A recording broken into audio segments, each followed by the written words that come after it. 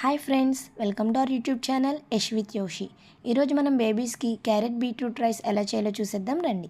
ముందుగా మనం క్యారెట్ బీట్రూట్ని చిన్న చిన్న ముక్కలుగా కట్ చేసుకొని 1 టేబుల్ స్పూన్ రైస్ని కడిగి తీసుకోవాలి. మనం ఎప్పుడు రైస్ కంటే కూడా వెజిటేబుల్స్ని ఎక్కువ క్వాంటిటీలో తీసుకోవాలి. నెక్స్ట్ మనం ఒక ప్యాన్లో నెయ్యి వేడి చేసుకున్నాక పోపు, జీలకర్ర, కరివేపాకు వేసుకొని ముందుగా మనం కట్ చేసుకున్న క్యారెట్ బీట్రూట్ని కూడా యాడ్ చేసుకొని చిటికెడు పసుపు వేసి 2-3 మినిట్స్ ఫ్రై అవ్వనివ్వాలి. నెక్స్ట్ మనం రైస్ని కూడా యాడ్ చేసుకొని పెద్ద గ్లాస్తో ఒక గ్లాస్ వాటర్ యాడ్ చేసుకొని మూత పెట్టేసి ఒక 10-15 మినిట్స్ కుక్ చేస్తే సరిపోతుందండి. నెక్స్ట్ మనం డైరెక్ట్గా స్మాష్ చేసి పిల్లలకి పెట్టేయచ్చు. ఇది ఒక సింపుల్ అండ్ న్యూట్రిషియస్ మీల్ అండి బేబీస్కి. ఎందుకంటే క్యారెట్స్ మనకి బీటా కెరోటిన్ని ప్రొవైడ్ చేస్తే దాన్ని మన బాడీ విటమిన్ ఏ కింద కన్వర్ట్ చేసుకుంటుంది.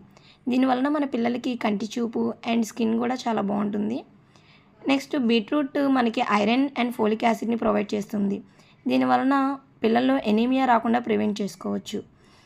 And this is naturally sweet and colourful food. So పిల్లలు చూడగానే అట్రాక్ట్ అవుతారు అండ్ నేచురల్గా స్వీట్నెస్ ఉంటుంది కాబట్టి ఇష్టంగా తింటారు.